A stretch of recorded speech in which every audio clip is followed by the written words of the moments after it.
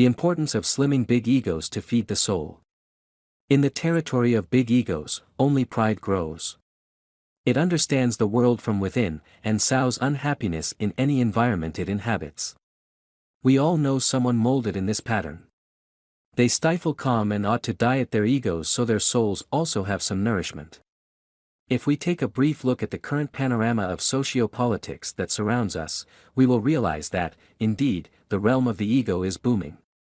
Many countries and leaders are beginning to practice self-protection and defense, where the foreigner is left aside in order to protect one's own identity.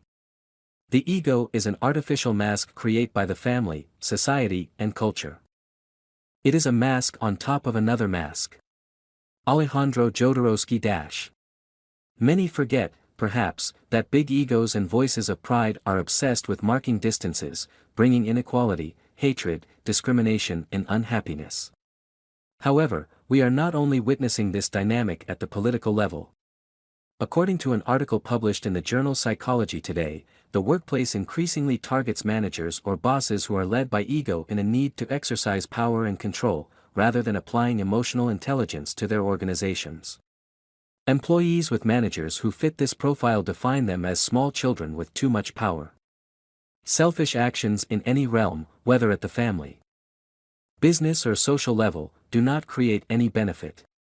Human potential is wasted because it is subordinated to fear, to the empire of contempt and to that lack of ethics, empathy and closeness where little to nothing good can grow. We propose reflecting on it. Strong egos and big egos. We'll begin by clarifying something essential.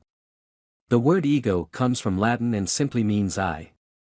For Eastern philosophy, ego refers to self-consciousness and self-recognition, which must be distinguished from unhealthy behaviors such as self-worship or selfishness. On the other hand, Freud also that level of our psychic apparatus as the middle part where the person is torn between the instinctive impulse and the pressure of social norms. The ultimate goal would be to develop a healthy ego that allows us to harmonize in the day-to-day of our relationships and society itself.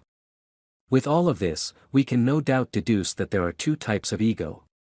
On the one hand, it is our need to develop a very strong sense of self, where our self-esteem is consolidated and there is full awareness of oneself with our values, nobility, and the identity that defines us while also being sensitive and close to the other identities that surround us. On the other hand and on the opposite pole, are the big egos. Let's look at their characteristics in detail. Big egos and their personal universes. Big egos are unmeasured and unrealistic concept of self that has not been enriched on the inside. One's gaps, personal limitations, and lack of self-esteem lead them to seek external recognition. Big egos aim to gather other people's energies to exert control. For this purpose, they do not hesitate to humiliate or despise. The big ego loves to be the center of attention and identify with everything that differentiates him from the rest, a title, an achievement, a brand, a flag. Big egos dress with the armor of goodness to be held in high regard and to thus attract followers. In turn, there are various types of big egos, the know-it-all, the sophisticated one, the prestigious one, the insatiable one, and the one always looking for new emotions and experiences to take pride in. 7 Steps to Slimming a Big Ego.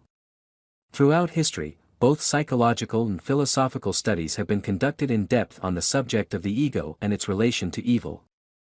It is a complex issue where there are no clear results, because there are undoubtedly biological, social and educational components. Be that as it may, what is clear is that big egos are the reflection of anorexic minds that have not been initiated into the world of emotional intelligence. If your ego does not leave you alone, send it to buy humility. It is therefore necessary that we all sow this seed in the new generations to help them build a healthy and empathetic ego. We must initiate them into the art of nourishing the soul and not the ego. Here are some basic keys to think about. Strategies to overcome your ego. The key to overcoming your ego is to be aware of your daily behaviors and attitudes. You'll ask, what attitudes? Let's take a look. Free yourself from the need to be superior to others. Do not just stick to your achievements and successes, but recognize those of others. Do not feel eternally offended by what others say, do or think.